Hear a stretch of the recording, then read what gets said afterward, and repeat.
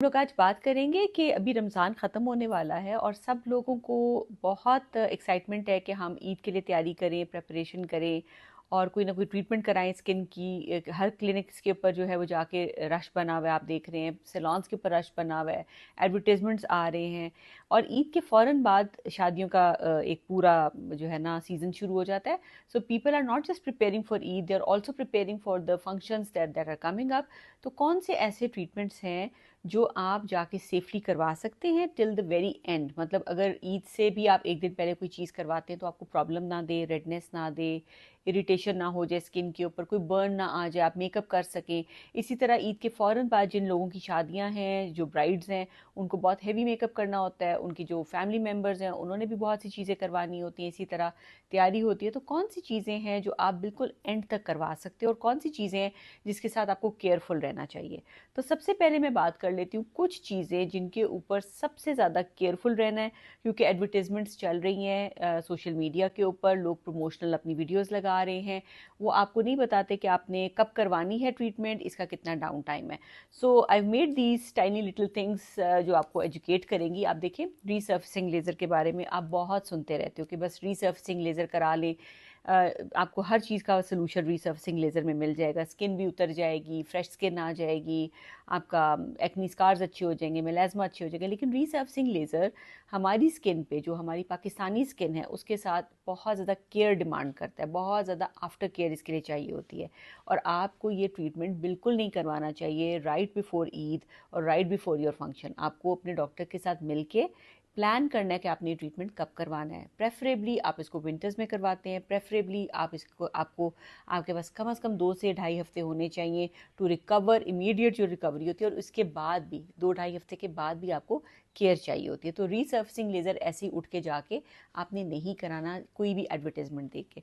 दूसरी चीज़, फिलर्स के लिए लड़कियां हमारे पास आ जाती हैं, ख़वातीन हमारे पास आ जाती हैं कि हमें थोड़ी सी चीक इन्हांस कर दें, हमें लाफ लाइंस कम हो जाएंगी, हमारी स्किन ज़्यादा फ्रेश हो जाएगी, अच्छा वॉल्यूम आ जाएगा। तो फिलर्स के साथ क्योंकि प्रिक्स इन्वॉल्व होती हैं तो कोई ना कोई ब्रूज आ सकता है, स्वेलिंग हो सकती है, फिलर इटसेल्फ थोड़ा सा आपको स्वेलिंग देता है। तो ये ट्रीटमेंट्स आपको शादी से फ़ौरन पहले या ईद से फ़ौरन पहले नहीं करवाने चाहिए। आपके पास कम से कम 7 to 10 डेज़ का टाइम होना चाहिए ताकि उसमें कोई प्लस माइनस हो सके तो आप उसको करेक्ट कर सको, अगर कोई ब्रूज हो गया तो वो जा सके। इसी तरह से जो हमारे थ्रेड्स होते हैं, अगर हम थ्रेड्स की बात करें तो ये भी बहुत अग्रेसिव ट्रीटमेंट है। ये बहुत आसान ट्रीटमेंट इसको लोग समझते हैं और आप वीडियोस में देखते हो कि बस एक छोटा सा थ्रेड पास किया और उसके बाद नेक्स्ट आफ्टर की आप तस्वीर देख लेते हो। वो बिफोर एंड आफ्टर के अंदर जो गैप है 1.5-2 हफ्ते का, वो आपको कोई नहीं दिखाता। So when we are talking about threads, तो थ्रेड्स के साथ you have to be careful, क्योंकि थ्रेड्स आपको ब्रूज भी देते हैं, स्वेलिंग भी देते हैं, इरिटेशन भी हो सकती है स्किन के ऊपर, स्किन थोड़ी सी अनइवन भी हो सकती है, आपके डिंपल्स भी आ सकते हैं स्किन के ऊपर जहाँ पे आपका पुल आ रहा है थ्रेड का। तो ये 3 चीज़ें तो आप लोग जहन नशीन कर लें कि आपने इसको बिल्कुल याद रखना है, और इसको आपने ना ईद से पहले करवाना है, ना ही आपने किसी शादी या किसी और फंक्शन से पहले कराना है। आपके पास इसके साथ इनफ टाइम और मार्जिन होना चाहिए। उसके बाद हम बात करते हैं रेडियो फ्रीक्वेंसी ट्रीटमेंट्स की। रेडियो फ्रीक्वेंसी ट्रीटमेंट्स के बारे में आप छोटी छोटी वीडियोस देखते हो कि हर तरह का मसला जो है वो रेडियो फ्रीक्वेंसी सॉल्व कर देता है। Radio frequency is an amazing treatment, जिसको माइक्रो नीडलिंग रेडियो फ्रीक्वेंसी भी कहते हैं। तो अगर आप सिंपल माइक्रो नीडलिंग भी करा रहे हो विदाउट रेडियो फ्रीक्वेंसी, या आप रेडियो फ्रीक्वेंसी के साथ भी करा रहे हो, तो you have to be careful कि कम से कम आपके पास 3 4 5 दिन का मार्जिन इसमें भी होना चाहिए, क्योंकि इसके बाद आपने राइट अवे मेकअप नहीं करना, कोई ऐसी चीज़ चेहरे के ऊपर अप्लाई नहीं करनी, इरिटेशन सेंसिटिविटी हो सकती है। So you have to be careful. इसके अलावा हाईफू के लिए भी लोग समझते हैं कि अभी अभी मैंने हाईफू कराया तो अभी अभी मेरी स्किन लिफ्ट हो जाएगी और मेरा जो सारा कॉन्टूर्स हैं वो अभी बिल्कुल फ़ौरन से ठीक हो जाएंगे। ऐसे नहीं होता, हाईफू को भी टाइम चाहिए होता है अपने रिजल्ट्स देने का। हाईफू का डाउन टाइम उतना नहीं है, आपको कोई इरिटेशन या छोटे छोटे माइक्रो प्रिक्स के निशान नहीं आएंगे, लेकिन हाईफू का इमीडिएट रिजल्ट इतना ज़्यादा नहीं होता। HIFU takes time about 4 weeks to 6 weeks to give you full results. तो इसलिए अगर आपने करना है किसी इवेंट से पहले तो आप इसको अकॉर्डिंगली प्लान करें। अब हम बात करते हैं बोटॉक्स के बारे में। बोटॉक्स क्या आप करवा सकते हो right before Eid, right before any function, शादी?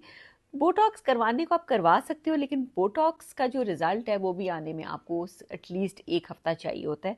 1 हफ़्ता 10 दिन आपको चाहिए होते हैं इसके रिज़ल्ट्स देखने में। तो अगर आपका चांद रात पे आप आके किसी डॉक्टर को बोलोगे कि बोटॉक्स कर दें, वो तो कर देगा, लेकिन आपको ईद के ऊपर उसके कोई रिजल्ट्स नहीं मिलेंगे। इसके अलावा छोटी सी प्रिक होती है बोटॉक्स में, छोटा सा इंजेक्शन का ट्रीटमेंट होता है, तो कहीं ब्रूज भी आ सकता है। तो मेरे ख्याल में बोटॉक्स को भी आपको ईद से कम अज़ कम 1 हफ्ता पहले, 10 दिन पहले करवा लेना चाहिए। अपने फंक्शन से भी 1 हफ्ता 10 दिन पहले, बल्कि प्रेफरेबली 15 दिन पहले करवा लेना चाहिए, ताकि कोई प्लस माइनस हो, कोई टचअप चाहिए हो तो आप कर सकें। अब हम बात करते हैं एक्सोसोम फेस की। क्या हम एक्सोसोम फेस के ऊपर करवा सकते हैं? आप किसी भी वक्त एक्सोसोम फेस पे करवा सकते हैं, क्योंकि एक्सोसोम्स के अंदर आप बहुत ज़्यादा प्रिक्स नहीं कर रहे हो, तो इसको लाइट सी माइक्रो नीडलिंग के साथ किया जाता है। लेकिन वही बात है कि जब आप माइक्रो नीडलिंग के साथ एक्सोसोम्स को कर रहे हो तो आपको हल्का फुल्का सा रैश या इरिटेशन 2-3 दिन रह सकती है।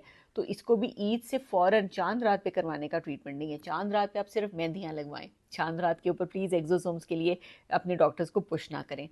टॉकिंग अबाउट सिल्फम, सिल्फम इज़ अगेन वही माइक्रो नीडलिंग रेडियो फ्रीक्वेंसी है। जैसे मैंने पहले बताया कि माइक्रो नीडलिंग हुई भी होती है तो 2-3 दिन आप मेकअप नहीं करते हो, तो मेरे ख्याल में इसको भी आप ईद के लिए छोड़ दें। आप ईद पे इसको नहीं कराएं, आप कम अज़ कम अपने जो रमज़ान के जो आखिरी जो 10 डेज़ हैं उसके अंदर इसको करवा लें, वो भी रमज़ान से ईद से 5 डेज़ पहले आप इसको करवा के फ्री हो जाएं, ताकि आप ईद के ऊपर इजीली मेकअप भी कर सकें। कोई चीज़ लगाना चाहते हैं चेहरे पे, थोड़ा सा लाइट सा स्टाइलिंग कराना चाहते हैं तो आप करवा सकें, लेकिन चांद रात पे कराने की ये चीज़ें बिल्कुल नहीं है। अब पॉज। अच्छा, हम बहुत एडवर्टाइजमेंट्स आजकल देख रहे हैं फेशियल बूस्टर्स की, स्किन बूस्टर्स की, न्यूक्लियोटाइड्स की, प्रोफाइलो की, एक्सोसोम्स की, इस तरह की बहुत से, और हाइलुरोनिक एसिड है, डिफरेंट किस्म के नाम आप सुनते हो जिनके एड्स आ रहे होते हैं और कहते हैं कि ये फेशियल बूस्टर्स हैं, स्किन बूस्टर्स हैं, पॉलीन्यूक्लियोटाइड्स हैं, या और किस्म के सिरम्स हैं, कॉकटेल्स हैं, मीज़ोथेरेपी है। तो इसको भी मेरे ख्याल में वही बात है, माइक्रो नीडल्स इन्वॉल्व हैं, माइक्रो प्रिक्स इन्वॉल्व हैं, तो at least 5 days before Eid, at least 5 days before your function. Q switch laser, लोग समझते हैं कि बस अभी हम आखिर में कराएंगे तो ग्लो करेंगे, अगर हमने 5-6 दिन पहले क्यू स्विच करा लिया तो उसका असर नहीं रहेगा। देखिए, क्यू स्विच लेज़र भी आपको कम से कम 4-5 दिन पहले करवा के फ्री हो जाना चाहिए, क्योंकि क्यू स्विच लेज़र वैसे तो बहुत माइल्ड लेज़र है, लेकिन कुछ लोगों को, जिस तरह मुझे भी इससे बहुत सेंसिटिविटी हो जाती है, बहुत रेडनेस, रैश मुझे क्यू स्विच से आ जाता है, और किसी को भी आ सकता है, किसी भी टाइम पर आ सकता है। तो इसको भी आखिर के लिए ना बचाएं, कम से कम 4-5 डेज बिफोर ईद आप इसको करा के फ्री हो जाएं, ताकि आप खुद भी कंफर्टेबल हो, आपको भी पीस ऑफ माइंड हो। कोई छोटी मोटी रैश है, आपका डॉक्टर आपको हेल्प कर सके, वो सेटल डाउन हो जाता है आइसिंग के साथ, सिंपल किसी 1% हाइड्रोकॉर्टिसोन के साथ, किसी भी सिंपल एंटी एलर्जी के साथ। लेकिन अगर ईद की रात को कराया होगा चांद रात पे, तो फिर आपको सुबह प्रॉब्लम होगी। टॉकिंग अबाउट पीलिंग ट्रीटमेंट्स, देखिए पीलिंग ट्रीटमेंट्स स्टार्ट होते हैं बिल्कुल माइल्ड पील्स, जो फ्रूट एसिड पील्स होते हैं, उससे लेके बहुत ज़्यादा डेप्थ वाली पील्स तक जाते हैं। डेप्थ वाली पील्स की तो हम बिल्कुल भी बात नहीं करेंगे, मैं जो बहुत माइल्ड पील्स हैं उनके बारे में बात करूंगी। जो बहुत माइल्ड पील्स हैं उनको भी ईद से जो चांद रात है उससे कम से कम 5 डेज पहले आपको करवा लेना चाहिए। ये जो अभी दिन चल रहे हैं, they are the best time to get your mild peel done, और ये करवाएं ताकि उसके बाद आप उसको हाइड्रेट करें 2-3 दिन, और उसके बाद आपकी स्किन ने लाइट सी एक्सफोलिएट होना है और नीचे से आपकी नाइस हेल्दी ग्लोइंग स्किन निकल आएगी, लेकिन not before, right before Eid. Like चांद रात वाला ट्रीटमेंट ग्लो जेंटल पील भी नहीं है। स्कैल्प पीआरपी आप कभी भी करा सकते हैं, चांद रात पे भी करा सकते हैं, बस ये होगा कि ईद वाले दिन थोड़ी सी आपका सर हर्ट कर रहा होगा। लेकिन एक चीज़ इसके बारे में बताना ज़रूरी है, क्योंकि लोग बहुत जा रहे होते हैं अपने बाल कलर कराने के लिए भी, स्टाइलिंग कराने के लिए भी, पर्मिंग कराने के लिए भी, स्ट्रेटनिंग कराने के लिए भी, कैरेटिन ट्रीटमेंट, तो उससे पहले आपने नहीं कराना। क्योंकि देखिए, जब आप स्कैल्प का पीआरपी करवाते हैं, सर का पीआरपी या एक्सोसोम्स कराते हैं, तो छोटे छोटे प्रिक्स हुए हुए होते हैं, चैनल्स खुले होते हैं, तो जब आप केमिकल्स लगाओगे ना तो आपको वो तंग करेंगे। तो अगर आपने इस तरह की कोई चीज़ प्लान की हुई है, कोई हेयर कलर प्लान किया हुआ है, कोई कैरेटिन ट्रीटमेंट प्लान किया हुआ है, स्ट्रेटनिंग ट्रीटमेंट प्लान किया हुआ है, तो या तो आप वो करवा के फिर स्कैल्प पीआरपी करवाएं, और या अगर स्कैल्प पीआरपी कराइए तो कम से कम 3 दिन 2 दिन के बाद आप वो ट्रीटमेंट जाके कराएं, ताकि आपकी जो ऊपर से एपिडर्मिस है वो क्लोज हो चुकी हुई हो और आपकी हीलिंग प्रोसेस स्टार्ट हो चुका हो स्कैल्प में। लेकिन अगर इस तरह की कोई चीज़ आपने नहीं करवानी, कोई आपने हेयर डाई वगैरह नहीं करवाना, तो ये आप लास्ट डे तक भी करवा सकते हैं, क्योंकि स्कैल्प में कोई चीज़ विजिबल तो है नहीं। अगर आपको थोड़ा बहुत पेन है तो आप उसको मैनेज कर सकते हैं, लेकिन if you are going for any chemical treatments than it's a big no. अब हम बात करते हैं कौन सी ऐसी चीज़ें हैं जो आप चांद रात तक करा सकते हैं या चांद रात से 1 दिन पहले तक करा सकते हैं। तो hydra facial, very simple mild treatment, gentle exfoliation, कोई इसके अंदर केमिकल्स ऐसा इन्वॉल्व नहीं है, कोई आपकी स्किन पीलिंग नहीं हो रही, हर्ट नहीं हो रहा। सिर्फ एक चीज़ होती है कि हाइड्रा फेशियल करते वक्त अगर कभी किसी वक्त सक्शन थोड़ी सी ज़्यादा आ जाए तो वहाँ पर आपको हल्का सा निशान आ सकता है, लेकिन वो भी कोई आपको ज़ख्म नहीं बनता। तो आप ये चीज़ बिल्कुल लास्ट तक करा सकते हैं, like 1 day before Eid, 1 day before चांद रात आप बिल्कुल करा सकते हैं।